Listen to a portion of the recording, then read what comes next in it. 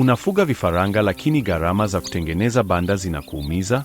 Leo nakwenda kukuonyesha jinsi nilivyotengeneza banda la kisasa kwa gharama ndogo sana, kwa kutumia chupa za energy. Na cha kushangaza, vifaranga wanapata joto vizuri kabisa.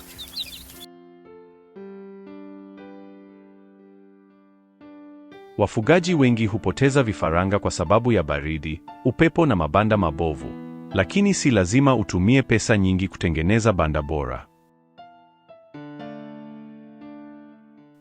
Vifaa nilivyotumia ni rahisi sana kupata: chupa za energy zilizotumika, fito za kawaida, kamba, nyasi kavu na matandazo. Jinsi ya kutengeneza. Kwanza nilisimika fito pembeni. Baada ya hapo nikapanga chupa za energy kama ukuta ili kuzuia upepo kuingia. Chupa hizi zinasaidia kuhifadhi joto ndani ya banda.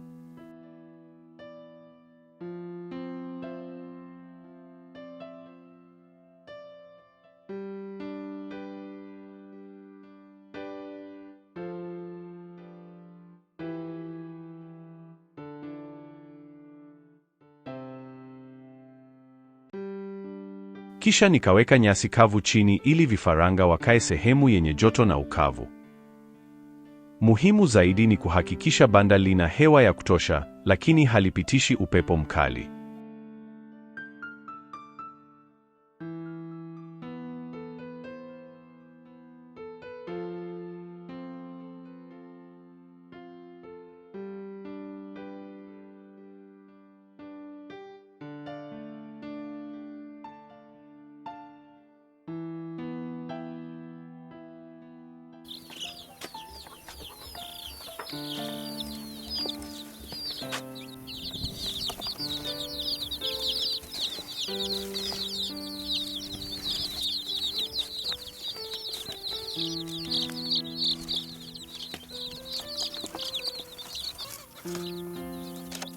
Tangu nitumie banda hili, vifaranga wamekuwa wachangamfu zaidi, hakuna baridi kali, na vifo vimepungua sana.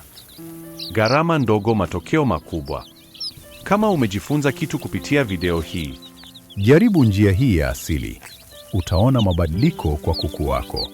Usisahau kulike, kucomment na kufollow kwa tips zaidi za ufugaji.